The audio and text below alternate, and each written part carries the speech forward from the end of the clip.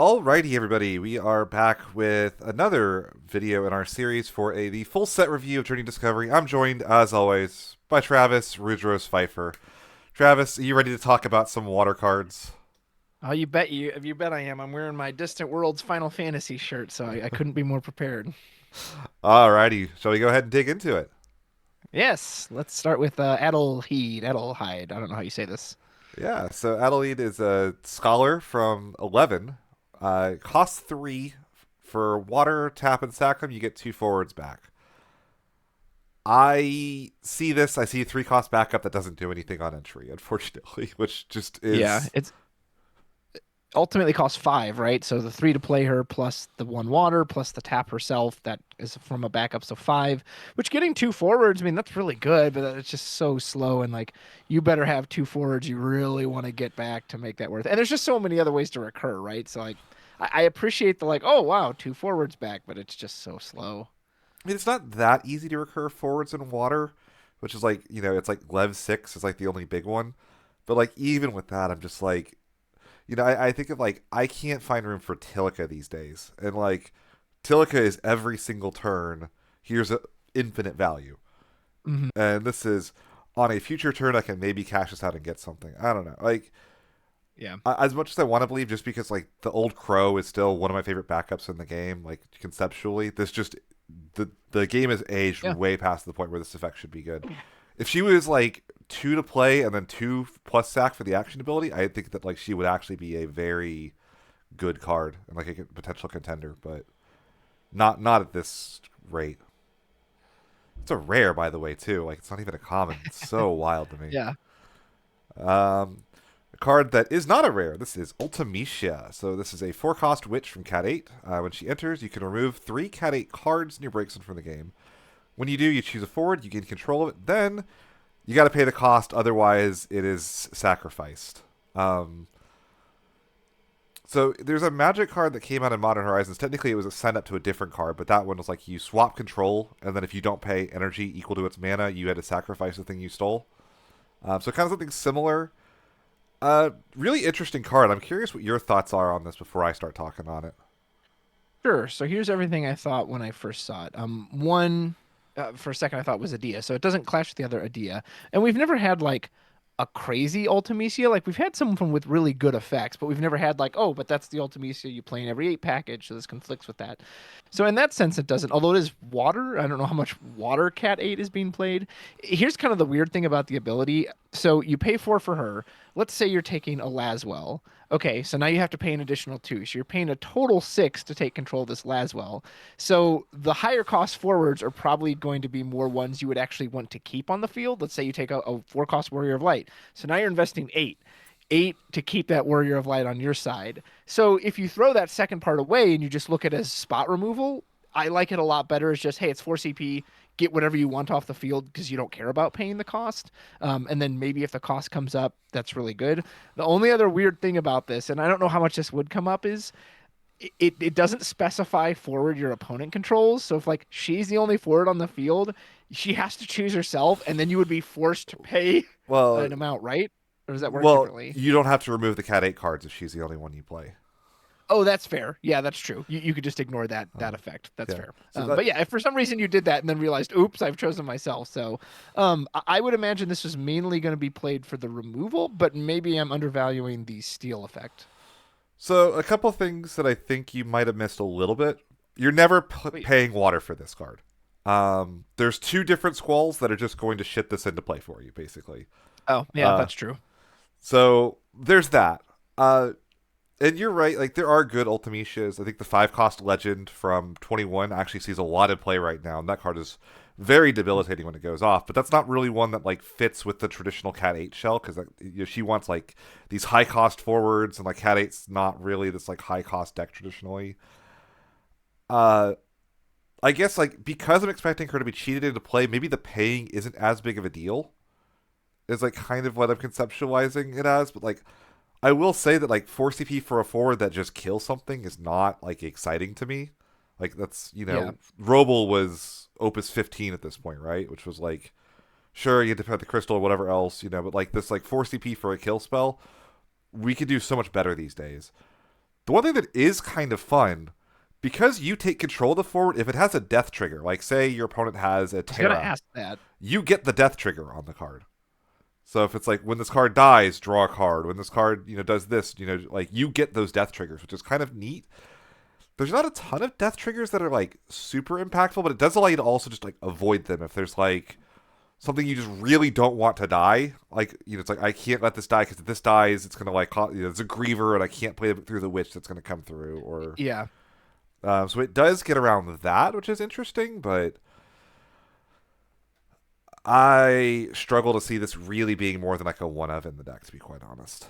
Um, Yeah, it is more appealing if it can be played for free. And you would think it would synergize with like Cypher and Adia, right? Because they're loading up the break zone with cards. So but it, surely you'll always have the option to pay. but it's kind of anti-synergy too, because she could like say you have exactly 10 cards in your break zone. Well, now you have to choose Oh, between yeah, like that's does true. Ultimecia have text or does Cipher have haste? Like, Yeah, that's a good point.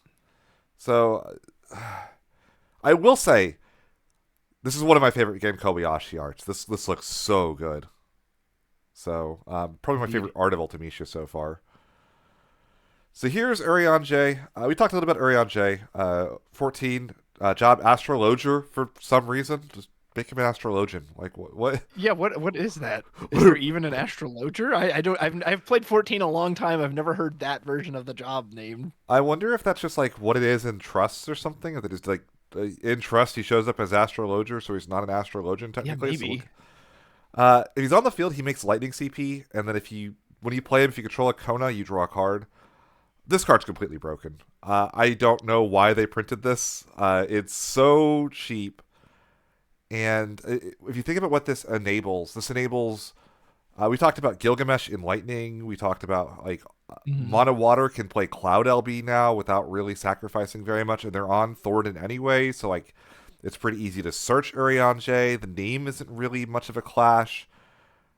Uh, this is like the most randomly pushed backup of all time. Like for like a 2-cost backup, like it's a Moogle that also draws a card on entry potentially if you like fetch it from the deck with a card that fetches it from the deck. Like I I can't was gonna believe. ask that. It's been a minute since I've looked at the Moogles. Wasn't there a Moogle that had the same thing, or did it make different CP? So the Moogles went in binder order. So the lightning one made water, the water one made Lightning made fire. water, and water made. Okay, so this is the only fire backup we have that makes lightning. Then, correct? There's only water backup that makes lightning. Yeah, this is a new. Gotcha. Okay. There's not a lot of backups that tap for two different colors. This is like only like Yeah. the ninth one I want to say that like while it's on the field it makes for a second color of CP because there's like the cycle of Moogles that we got. There's Cindy. There's the Shantoto from like Opus 14 that's like the Earth one that taps for wind. Yeah. And then like that's it. There's a couple of backups that like gain multiple elements, the Toto and the Kamari, but like not a lot, honestly. Yeah. You Uh, know what's kind of weird about this too is most of those are usually tied to something specific, right? Oh, Riku can do it for Cat 10 stuff. Sid can do it for Cat. There's no restriction on. Like I was very surprised when I was like waiting for the text. I was like, well, no, wait. It's if you control so many 14 characters or something, right? No, it's just he just by himself does that, which is very strange. and again, like Lightning has, again, I think Lightning's got a pretty shallow LB pool, but I think it has the best LB in the game in Cloud. And like you also get like a second Cloud in Tomberry and Cactuar if you want to. Like, and you could just play Mono Water and just have Cloud now, which is wild to me. And then like again the Aaronville Kona Urion J, you get like like 3 colors off of that while Yeah. drawing a card off. Like you have Earth backup, Water backup, Kona who's like a fine forward, and then you've drawn a card from Urion J. Like it's busted. It's wild how good this is. Garnet, pretty interesting card here. So 2 CP EX Summoner, DFF, and 9. When she enters the field, put the top 3 cards of your deck into the break zone, and then for water, tapping her and sacking her, or not sacking her, remove a summoning break zone from the game. Your opponent selects a forward they control, put it in the break zone. So I know you, Travis. This is not a Travis card, probably. It is not a Travis card. We can skip past that. Objectively, I think this is a really good card, though. Like, I like the fact that her entry effect can mill summons to kind of feed into her, on-field effect. She's so cheap. She costs 2, and then the next turn you can just pay 1 and do that, and you get a fem for it every single turn as long as she kind of lives. So you have this like cheap forward your opponent doesn't want to kill, but like isn't able to kill. Your opponent could burst this. You just mill the 3. All of a sudden, oh hey, there's a Fujin. Mill 2. There's a Raijin. Now I've got like blockers. Like that's really powerful. Uh, I don't know how much play she'll see. I think it's like but she's really not a bad card, especially for a common. Well, I was going to say too, as much as this isn't a Travis card, I actually quite like the design of this. A big reason I've never liked a lot of the self mill stuff is most of it is a one and done. You do the self mill, you have a one and done shot, and then it's over. I like that Garnet.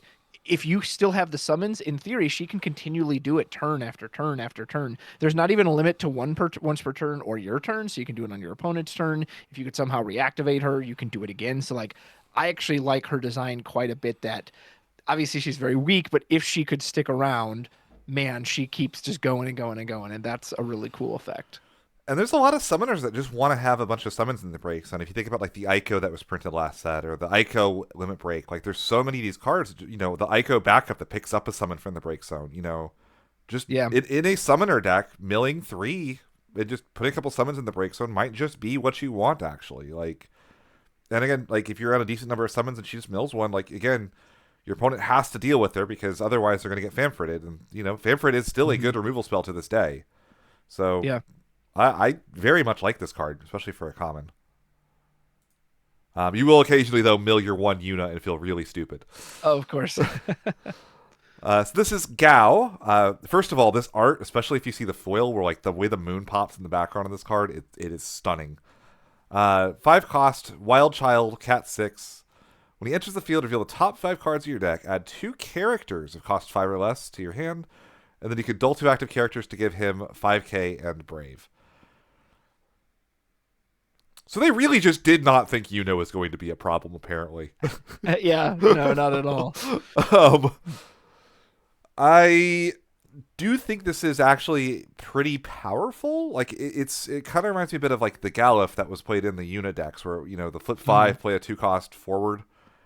For characters of 2 cost or less is really generic. It can be a backup, it can be a monster. There's so many good cards that are 2 cost or less. It can be blue worms, it can be or less. So that includes the Hagen, the Apkalus. It includes the Urianger we saw earlier.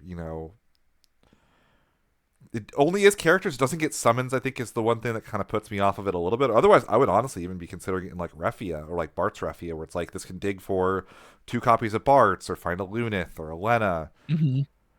And then like the second ability is not like fantastic, but if you have a bunch of, say you have a bunch of monsters sitting off to the side, he can get really big. Yeah. Yeah, it's Um, not once per turn. You can do it multiple times. Not once per turn, not once per not once per stack. You can do it on your turn and theirs. There's no reaction window. So I like this card a great deal. I don't think there's a ready-made home for him or a deck that really like is the Gao deck. But this is kind of like the Zidanes or the Gawains of the world. Where like someday this card will be good. I think is kind of the Yeah, best way that I can put it.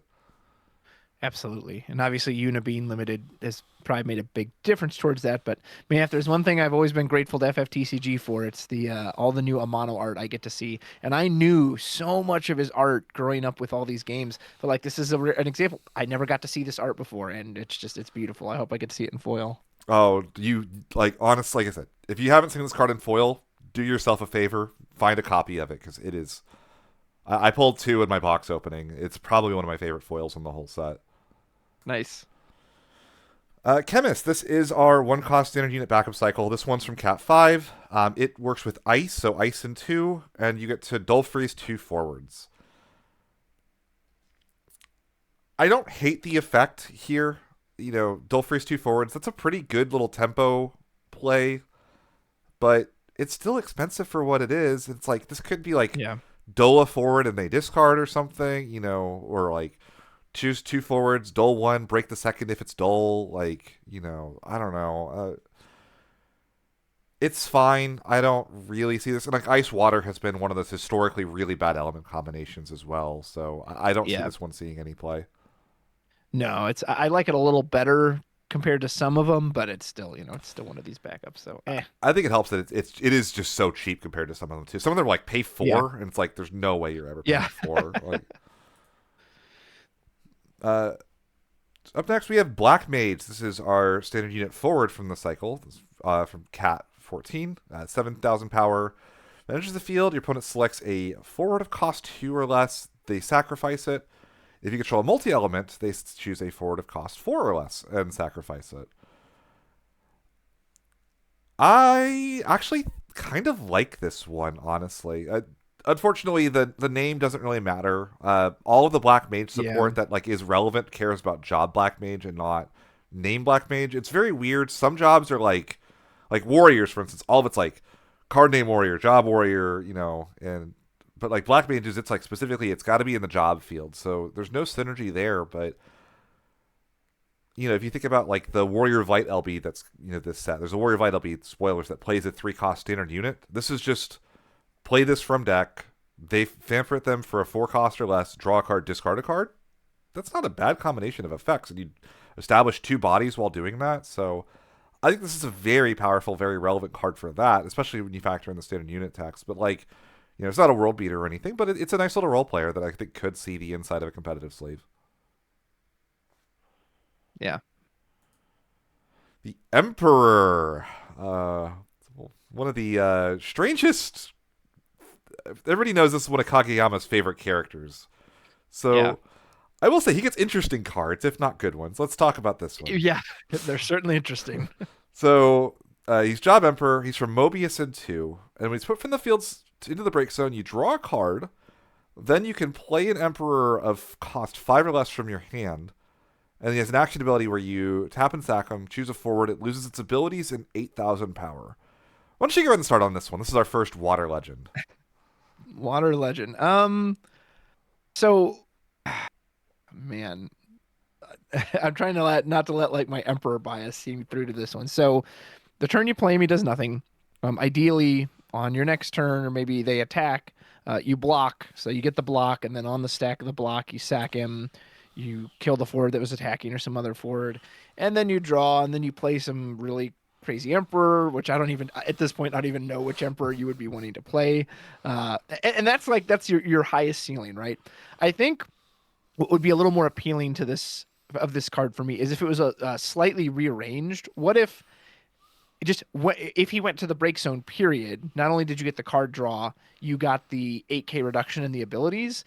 I kind of don't like that he has to have a sack effect, because if he gets taken out immediately once he comes down, then you only get the draw. And obviously if you have a good emperor to play, but what emperor do you have that you're, and then it just goes into that old thing with the emperor, right? Of like, okay, so how many emperors are you playing to make it likely that you can follow up with the emperor? And now you've got this whole deck full of emperors and all this card clash, which has never worked out to this point. So the only way I would say this is really good is if you don't care about that. Like if you're legit, hey, I'm just okay with I draw a card and I get to shrink something and blank its abilities. Beyond that, it just seems like it's the emperor again. I'm actually like pretty high on this card, actually. Like Do even tell. even just for say I run 3 copies of this Emperor on my water deck, right? If you think about the rate, it's 2 cost, kill a guy, turn off its death effects, draw a card. Yeah, if And it lives for a turn. but like if they invest into killing this, you draw a card, like they have to be investing more than 2 CP into killing this guy most of the time, right? I guess it depends on what deck it is. If it has free removal, but So I don't know. I just kind of like that. And then, like, maybe you get lucky and you have another copy of him in hand, and then you play another copy of him down. You say, okay, deal with this one. So I just like that in general, but call me crazy. I still think I got my little like section, my like mental backups of like these are the cards that I think as players we have just pigeonholed as not playing, but might have always been good. is it the Dark Emperor? The Dark Emperor from Opus 17, the Legend, the one that you search your deck Yeah. for 2 Emperors and remove them from the game. And that card is very powerful. It's a 9k Brave. Yeah. It has 2 times where it doesn't take damage from anything. Combat, abilities, summons, just, if you do that. And the problem was you had to play multiple Emperors. And if you ran Mhm. just the 3 Dark Emperors, if one went to damage, you only got 1 draw Yeah. on it. If you drew 2 of them, you only got the one draw on it. Well, now you have a second good Emperor that feeds that one. If you draw multiples, like say you draw the Dark Emperor while this one's on field, you just sack it. You can even target himself if you have True. to do that. Draw a card, play Dark Emperor, fish out the other two Dark Emperors, remove them from your deck, draw two cards. That's just inherently pretty good value. You have a again, Yeah. you get this big beat stick that can slow down aggro. You've drawn two cards. You've probably killed something, and the cost is 6 deck slots. Yeah. Yeah, I mean the ceiling is clearly high if all that lines up. At least in my experience of playing, I struggled to make that stuff line up. Maybe a better, luckier player than me can make it work. I don't know. And then, like, say you draw the Dark Emperor early, you just go, okay, I'll play the Dark Emperor. I'll move the other two copies of the Dark Emperor, and now I just use these guys as solid little removal spells, right? I play them. If they live a turn, great. If they don't, cool. I'll block with them. I'll chump. I'll draw a card, and they're kind of like little blue worms in a way, right? Yeah. So I just think like the floor on this one is so much easier to hit than all these other Yes. like play 8 million emperors, and then when this one dies, you could search your deck for another one, and when this one dies, you search your deck for another one. The only thing I would be afraid of is if your opponent just like dull freezes this guy, it just like leaves him Yeah. stuck on the field. But like even there, maybe you just like I have two backups. I'll ash my own emperor away, and I'll use that to play the big emperor, right? Like there's just ways of dealing with that, I guess. So I think this is the best emperor we've ever had by far, and I like the way it interplays with other emperors in a way that we haven't really had. And again, another way of thinking about it as well, if you like the Dark Emperor in like say we're in a mono water deck, that's another big forward that doesn't cost very much, but refills your hand. So that's discard two, draw two. That's two more water cards for Lena. For quicker Lena Leviathan against Mhm. aggro, and you have this big body in the way that they have to get through. I don't know. I am very high on this card still, and my only hangup is the mono water list that I took to nationals is so goddamn perfect that I don't want to swap out 6 cards for this package. Yeah, I don't blame you. If I'm not going to swap out 6 cards, then I can't put this package in. So then I'm like, what deck is playing this? I think there could be a lot of them, but it's just I think it's just good value across the board. So I'm very high Yeah. on this card. Well, and you are correct that this has the best floor of all the ones we've seen because you could just play three of him and still get decent value out of it, right? You're not forced to play all this other stuff, which is nice. I still just want Kageyama Charge complete. print the 2 cost Emperor backup. Make it a legend if you want to. I don't care. Hmm. The card name Emperor you control have multiplayable, and just Yeah. Seriously. let us run wild with that. Let us have it would be so much fun. Yeah. All right. Uh, Speaking of having fun, got to go back to the FF6 days for Go-Go. Oh, look at this art. uh, Tell me this is a full art with all the Moogles in the oh, it gets background. better. The full art is the only version of this. You get a buff with the full art. Okay, so we're seeing the normal art, right? Okay. Go to the full art. Look at the text box. What am I looking for? The text box covers his face in the bottom. Oh, okay. Oh, yeah. I didn't even notice that at the Go-Go there originally. Okay. Nice. That's cool. I love all the Moogles too. Okay, so So this is Go-Go, 4 cost mime, back attack. You can only cast Go-Go during your opponent's turn. So this may be our first back attack card that like essentially requires you to use the back attack. When Go-Go enters the field due to your cast, choose one auto ability triggered from your opponent's forward of cost 4 or less. Go-Go doesn't cancel it. No, no, no. He just copies it. So this is obviously very fun, and I like it. I never played the water version of 6, so I don't think I could have personally fit him in there because I wouldn't have a way to cast him. Um, I guess you could. I mean, you could still just cast him for 4, even if there's no ability. Although that kind of seems like a waste. Like presumably you want to copy some ability. There's obviously a lot of really good abilities. But there also could be some weird ones. Like if they're searching for something very specific, obviously he's not going to help you with that, and he has to have the certain forwards. Like I love this card. I don't know what kind of deck you can afford to run this in because surely he's going to be blank a lot of times. But also, if you hit the right effect, surely he also then is like, hey, I just hit this crazy bonus effect. So he's fun, but I don't ultimately know what to make of him. This is a weird card to evaluate because there's so little like this. Go-Go is the only card in the game that's ever had like a copy, like another auto, which with Yeah. the Opus 15 Go-Go, which is still a card that I think you'll see show up and doing bullshit sometimes. Because this Go-Go is so reliant on your opponent, it reminds me a little bit more of a card like Non-Amigo than I would like, which is a card that like Yeah. was on rate, did really neat things, seemed like decently powerful, but because it was reliant on cards in your opponent's deck, I didn't love playing it. And four or less is unfortunately doesn't quite do what you want sometimes. Like sure, you copy your opponent's Warrior of Light, and then Go dies to their Warrior of Light because they ping it down. I mean, like so, how many of this could you afford to play? What are the four cost auto abilities that we're really looking to copy? It could be really funny if your opponent's playing Renoa and you like Renoa flicker another one of your forwards on their Hmm. turn. But like you can't copy their Seymour or a Theodore if one of those is coming.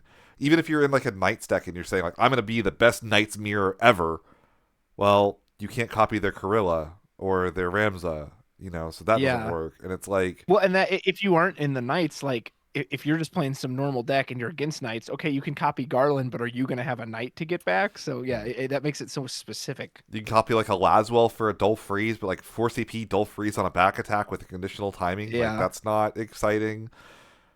I really don't know what deck. If it was again another one, five or less, they play a realm. You copy their realm, and you go get monsters out of your deck. Like that's I could totally see that being a thing. And then like Yeah. against other decks, like okay, against knights, maybe it's dead. Maybe I copy a Laswell and use it as the defensive line against Refia. I'll copy a Warrior of Light when it comes into play against but like again, it's you can't trade up with it. Unfortunately, like it always can only be Hmm. as good as your opponent's four cost is. You can't say you played a five cost and I got the same ability on a four cost. So Right. I think he's really fun. I think he's really unique. I think the inability to trade up scares me on the card, but man, the art on this card is so freaking cute. Look at the little Yeah. dancing go-go's in the background, like I know, and the Moogle's like copying it. God, it's charming. uh, they even like credits Fumio Minagawa. This almost looks like an Amano go-go sketch. If you see like some of the chibi go-go's that Yeah. he's drawn, like she even copied his style. I love this card like conceptually. It's just I don't think it's very playable. Yeah. Up next, we have another Cat 11 backup in water for some reason. This is Schultz EX 4 cost. When it enters the field, you look at the top three of your deck, put them on the top or bottom in any order, so scry 3 essentially. Then you reveal the top card of your deck. If it's water, you put it in your hand. This is just really good, isn't it? Like, if you think about what this is, like EX Burst, scry 3, draw a card. Yeah. Am I crazy? Again, it's been a minute. Isn't this just Loporrit? Doesn't Loporrit have this essentially the same effect? Or Lopper, not Loporrit, Astrologian? Astrologian is 3 cost backup. Look at the top three, one to hand, one to top, one to bottom, and there's no burst on it. Oh, okay. But that essentially accomplishes the same thing, right? Like this one, you're putting two to bottom, but you're going to get one because surely you're going to stack it in a way that you get one. So this is essentially a better astrologian in the sense that it costs one more, but it has a burst, correct?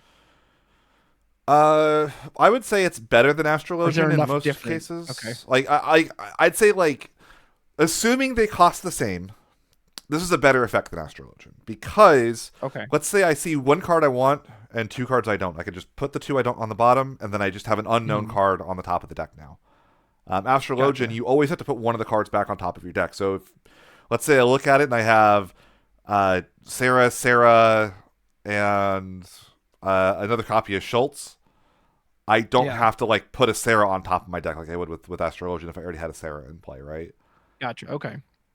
And obviously the But burst is a huge upgrade here. yeah, the burst is huge. On top of that, like you have a burst that can kind of restack. That can stack another burst too. Like Right? you can play mind games with your opponent. You like look at the top three and you say, "I'm going to put these two on top, this one on the bottom. Reveal the top. Oh, hey, look, it's Elena. Would you like to attack again? I know I just put a card Yeah. there, but which I Shades of the old Opus 10 Leviathan, yeah, where people would like purposely stack bursts on top of their deck.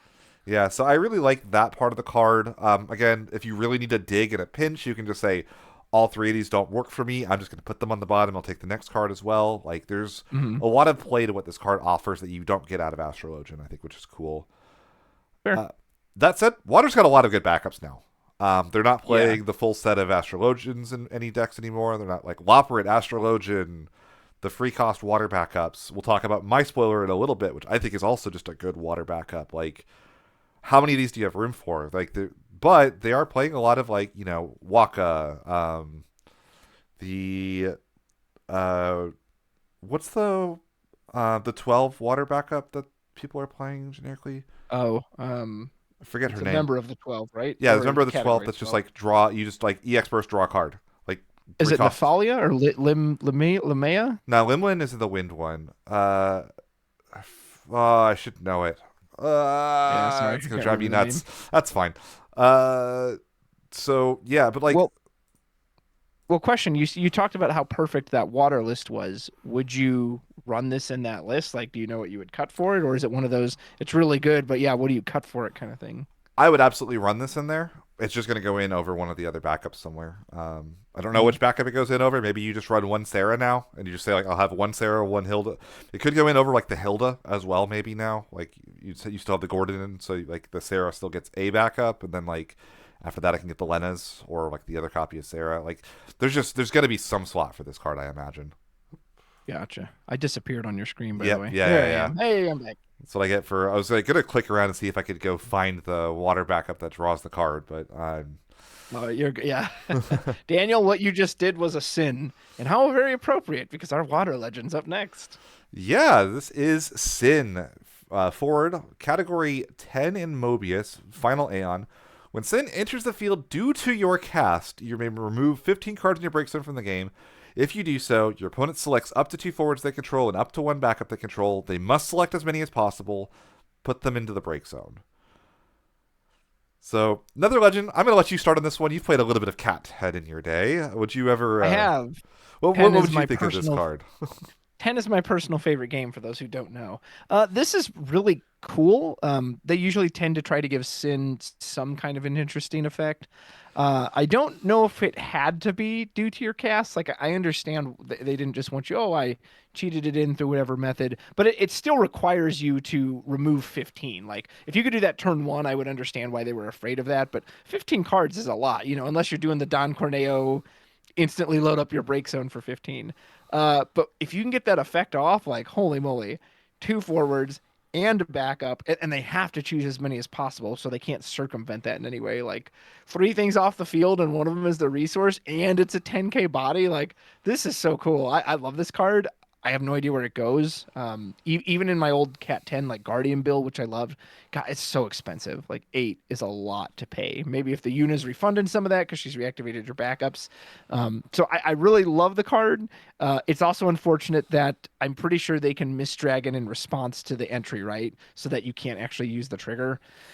And that really sucks too. Or even if you're like right at 15 and they haven't, oh, well, I have an effect to knock 1 card out of your break zone. Like, oh, that's gonna feel so bad. So I won't be surprised if this doesn't see play just because the cost is so hefty. But man, this is a cool effect.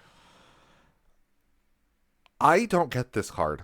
This is what I look at. And I'm just like, I get why it's a legend. Like the effect is obviously pretty powerful. Like your opponent sacrifices 2 and a backup. I don't think we've ever had a card that says you choose a backup, sacrifice it, right? Yeah. Why did they put double this doesn't work with Lena on the card? Like not only did they say Yeah. due to your cast, but it also requires you to eat your entire break zone for it. And it's like, why? Like if I could get 27 cards in my break zone, I should be allowed to Lena this into play. Like Exactly. Yeah. you know, I really am perplexed why it has that restriction. and like 15 is so much more than 13 cards. Like Hmm. it doesn't seem like that much, but if I think about like the Ultimecia Legend for Opus 22, that one needed 15 to steal an opponent's forward. I have Yeah. played so many games of like self mill decks where 15 just never was realistic. Like, by the time I could cast Yeah. the Ultimecia, 15 didn't happen. I could like, it's like, or like, I need to do something defensive here. I need to do something else. Oh, frick, I'm on 13 cards. My opponent misdragoned. Right. If you get to like 13 and get misdragoned, you're just never getting this effect off. No, that's nearly a third of your deck. 15 cards in a 50 card deck. Yeah, that's almost a third of it. Like, and I don't know how they balance it because, like, you're right. They probably don't want this to be a card that you like cheat into play on like turn two, and you make them sack their backup and all their forwards, and they just lose the And game. you But like, Renoa Flicker. yeah, like or like, but like, I think like it could have had one of the two restrictions and not both. Like, it definitely didn't need to be Yeah, both cast and have the 15 cards removed from the game to work. And yeah, then like, the effect is good, but like it's not that good. Like, I almost wish you could choose the backup they have to sacrifice too. Like, yeah, okay, I'll sacrifice my worst backup. I'll put my Shantoto in the break zone. Sure, why not? Or my Thornton, and I'll yeah. draw a card. And it's Well, and if you think of it in that nature, right? Like if they have a board of 5 forwards, most board wipes, Shantoto's a 7 cost. So you're paying the cost of a board wipe, maybe a little more, and you don't even get to pick what you want to go. Okay, well here's my worst 2 1s, and yeah, the backup I don't care about. yeah. So I'll sack it my is kind of crazy with as many restrictions as it has. Like let me pick what I'm getting at least. yeah. I'll sack my Thornton, my Emperor, and my Leo, and I'll draw two Yeah, cards and play a 5 cost Emperor from my hand. Like, right.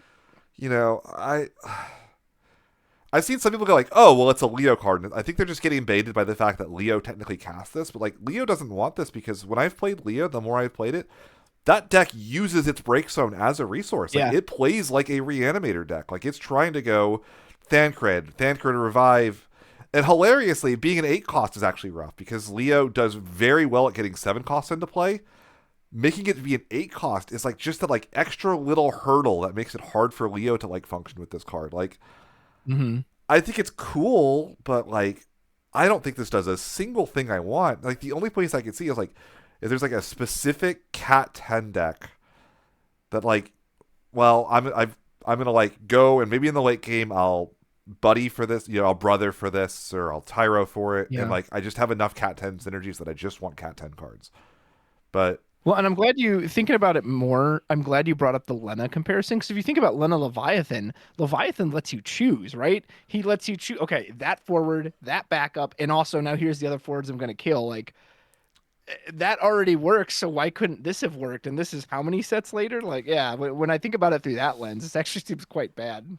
so yeah, I don't know. This one's just kind of a whiff for me. The art's cool. I get the concept's neat. Again, it feels like it feels like a card that like, oh yeah, no, this feels like Sin. Like, I'm like, I see what Yeah. they're going for. I just don't. I think that like there's just like it feels like a card that probably in testing at one point was missing a couple of these balance levers, and they're just like right before the set release, they're just like, fuck it, 15 cards and must be cast, Right. and your opponent picks the stuff that dies. Ship it. Like, it's hard to get this off in Yeah. limited, by the way. Oh, of course. Well, and again, with that many restrictions, it almost makes it sound like a rare or even a hero. Like the fact that's a legend. Come on, guys, it could have been a little stronger. Speaking of rares, here is another Tidus. So Cat 10, this is a Guardian. Each forward you control with the Guardian counter gains. If this forward is dealt damage by abilities, reduce the damage by 5,000 instead. First time I've read this, actually. I thought that this was a Tidus. Or no, never mind. Never mind. No, this is stuck on Tidus. So when he enters the field, you choose a forward. You put a Guardian counter on both Tidus and the forward you choose. And then for water and 1, all the forwards you control gain 1,000 power till the end of the turn. For a second, I thought that when he put the counter on the forward, it also gained the text that it does it, but no. Oh, yeah, yeah, yeah. Tidus does have to live for the Guardian counter to work, unless like this Tidus Yeah. leaves play and then you play another one or something. I think this card is neat. It feels very flavorful. I like the concept. I do wish that like this is like a stupid complaint, but like way back the old Kimari backup that puts a Ronzo counter, Yeah. they couldn't have made that and this Tidus put the same kind of counter. Like, Right? now granted, I guess like that would also mean that now like the all the forwards gain like don't take damage by ability or by abilities, but like that's still fine. Like, I still like the idea of that. It's like, well, if Yuna's out there with Tidus and Kimari, Yuna probably should be not taking any damage. That tracks with me, right? And then Kimari can protect the Tidus, and Tidus can like, I don't know. I feel like those should have worked together, and they don't, and I don't know why. Um, Other than that, I think the card is neat. I don't think there's anything that like this protects better than other options. Like I think like Yeah. I would rather play like Orin and make them choose the Orin instead if I really Yes. need to protect something 100%. specific, or like Warrior of Light LB, is another card that like has a protection ability. That's like none of your other forwards can be chosen. Siren, another one that like there's something really important to protect. But I do like what this one's going for. I just don't think it's quite up to snuff with what this card would need to be for a 4 cost 8K.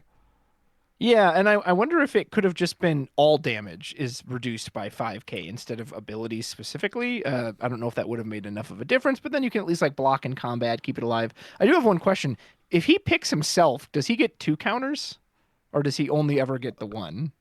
If he chose himself, he would get 2 counters. Yeah, if he's like your only Yeah, forward. not that that would do anything, like because I'm assuming the counters don't stack. Yeah, so but just in case there was ever some shenanigans where that mattered, like It good to actually know, I guess. does. I mean, like having multiple counters doesn't. But if he couldn't choose himself, he would have to put the Guardian counter on your opponent's forward if he's the only forward you have in play. Oh Now, yeah, it wouldn't gain the protection ability unless they play their own Tidus. So in this world where Tidus right. is the only card worth playing and everybody's on Tidus, you could potentially buff their stuff. But yeah, I guess the only other thing that's noteworthy, and this is not a huge thing, this last ability is not once per turn. So in theory, there's a Yeah, couple of combos that get you like infinite, CP and nothing to do with it. In theory, you could dump this into that and make your forwards infinitely large, but because yeah, damage is separated from that, like it doesn't do anything. But it is yeah, worth noting that like that is like there could be something with that in the future. yeah. Are you ready for the coolest art for one of the most underwhelming cards? This is I am Tonberry. indeed. He's category special, so if you're in title, you can play this in any title deck. When he enters the field, choose a forward, loses 2,000 power, water, tap and sack it, choose a forward of 8,000 power or less, and break it. Um, there's just nothing special here. They very clearly are like, we need to power down monsters, and Yeah. it does technically probably kill anything. Like the turn you play at like 3 CP, play this, choose their 10k, tap and sack it, kill it 8k or less. Like, Yes. it does always do that. But we could kill, I talked about how I don't want to pay 4 for Ultimecia to kill something. I don't want to pay 4 for a monster that has to sacrifice itself to kill something, right? Yeah, absolutely. Yeah, I like the cuteness of that. Of haha, your Warrior of Light is actually now an 8k, and now he falls prey to Tonberry. But there's much better monsters to be playing. Yuya Ishihara, though, doesn't miss with the art, though. Look at the tombstones in the background, too. Like, I know. it's It's so so foreboding. good. This card's just not good, though. Here's my spoiler. This is Ninja, senior unit from Category 14. 2 cost, enters the field, choose a forward. When it deals damage to your opponent, draw a card. I think this card is just kind of good. Like, I don't know what deck plays it, because the only thing that's like a weird nombo with this is that like this reads to me as like a really aggressive card. Like you want to like have like a Yeah. forward that can punch in, and then like, well, I want to have like some resources going as I'm punching, so I'll play a backup that draws me a card, as I like start doing things. Really fun with anything that can attack multiple times because then you can draw multiple cards. There's no once per turn on that. But yeah, I think this card will see play. If people are still rocking ninjas, surely it goes well in that deck, right? Edge color fix it. I don't know if that deck's relevant anymore, but Yeah, I'll play the heck out of this card. We have Mayakov next from Cat 11, making some kind of face. Cat 11, Job Dancer. dude, compared to his full art from 15, this is very lame. Something about the Cat 11, because like Lilith's the same way. The Opus 15 Lilith looks so Yeah. good, and the screenshot ones just are not quite there. Yeah. But Joel 2 dancers, choose a forward that loses 2,000 power. Dole 4 dancers, draw a card. And then Hey Samba, choose 3 dancers and activate them, 5,000 power. So I'm going to go on the record on this card. I don't think this card is good enough. Now, granted, like, there are matchups where the other Mayakov doesn't work. If you're against like a summon based deck, Yeah. like it just doesn't do anything other than play the other dancer on entry. But like Dole 2 dancers to make a forward lose 2,000 power? Are you kidding me? When we could just play like Pinello to set it to 4K? Like, Yeah. and like Dole 4 to draw? Like, that's the board wipe on Lilith. Like 9, Yeah. like it's 8K to all actives. Like, is it 8K or 9K to all actives? Something Yeah, I like think that. it's 8k to actives. Yeah, 8K to all active forwards or draw a card. It costs the exact same. Yeah. In what world? In once per turn. okay, if I get 9 dancers into play and I want to dole 8 of them to draw 2 cards, I should be able to draw 2 cards with it. Like, come the fuck on. Exactly. Pardon my Yeah, French there, but fully like, agreed. the Well, and special like if the is. old Mayakov had a special, maybe this one could. Oh, you could play both, kind of like the little set, because they can feed into each other. But the old one doesn't have a special, so if this one's on the board, like you can't like do anything with the old one. I like the special too. Like, activate 3 dancers. Again, like, there's so many dancers that have crazy action abilities. Pinello, Lillicet, like, that Yeah, goes so well in dancers. Why are these action abilities so goddamn expensive? yeah, Like, again, you compare it to the Pinello from this set. Pinello costs 1, and her draw is Dole 3 Sky Pirates. yeah. You know, why is Mayakov so expensive? I don't get it. And the name is more contested than Pinello is. Like, Yeah. it's the most important card in Dancers. It's why Dancers have competitive relevance Yeah. whatsoever. I Yeah, will, his protection is what makes them worth running. and like, I have been wrong on Dancers before because I thought the other Lilith set was just going to be like, well, it's special fodder for the other Lilith set and searches other Lilith set or Mayakov on burst. So you'll run it, but like you never play it. And like, it turns Mhm. out just having 2 untargetable forwards with the Schrodinger's power was good enough to be like just worth doing. Yeah. So I've been wrong on Dancers before. I do not I think think I'm your wrong this time. comparisons are on though. But like even compare it to Yuna, and I know Yuna's a cracked card, but like look at what she can do for dulling 2 forwards. And in comparison you have minus 2K. Like, come on, that's nothing. It should like I could if it was like dull 1 dancer, choose a forward that loses 2K. Like Matt does that for soldiers. Yeah. Dull a soldier minus 2K power on a Yeah. forward with first strike.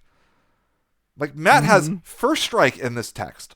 Like that's so much better than this. Like there's no keywords on this guy. It's uh, like I said, That's why his eyes are closed. He just read his own card. He's like, uh, "Oh god." if it was a different name, maybe just because the special was good. Like the special's really good. Hmm. But like even with a different name, I'm not sure I want to play this. Just because like again, if you think about what those dull dancers could do, like off of Lillicet or Pinello or like any other dancer, it's like, well, no, there's just more valuable things I can be doing. If you had a different name, you would at least have those rare turns where it's like, I have nothing better to do. I'll draw a card or I'll do this other thing. But the name alone just crushes it. I guess like with Pinello as well, like you can go dull set Pinello, set them to 4K, and then dull 4 dancers to kill it as well. But like again, you're dulling 4, you can just Lillicet that. I don't know. Yeah. I've ragged on this card a little bit too much. Uh, Mog 6.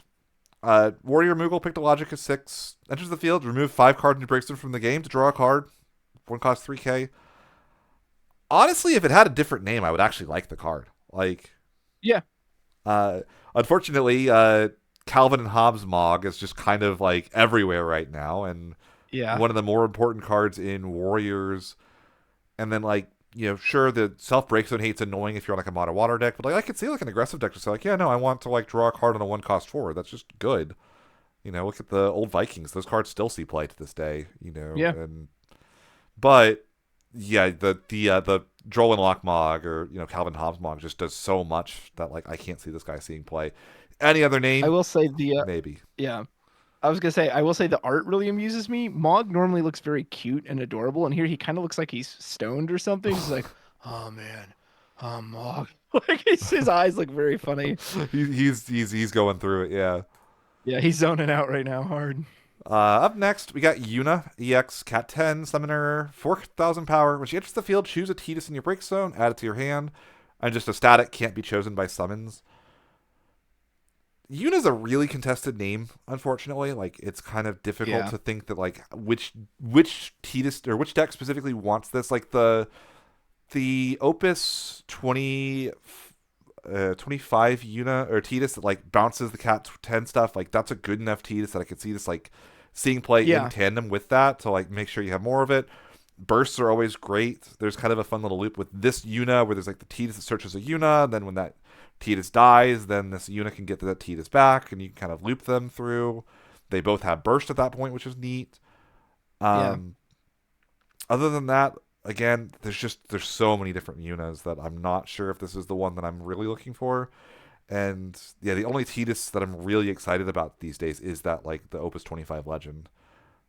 Yeah. I will say, I don't know where these arts came from specifically because like there's this one, the Tidus, and then also the Ace. I think is the same like the same art where these came from. But the solid background actually looks really nice in foil on these. Oh, does it? That's good. I Um, actually wondered if these were AI because it says at the bottom designed by Square Enix Image Studio, and I don't know what that means. Usually it tells you like the game it came from.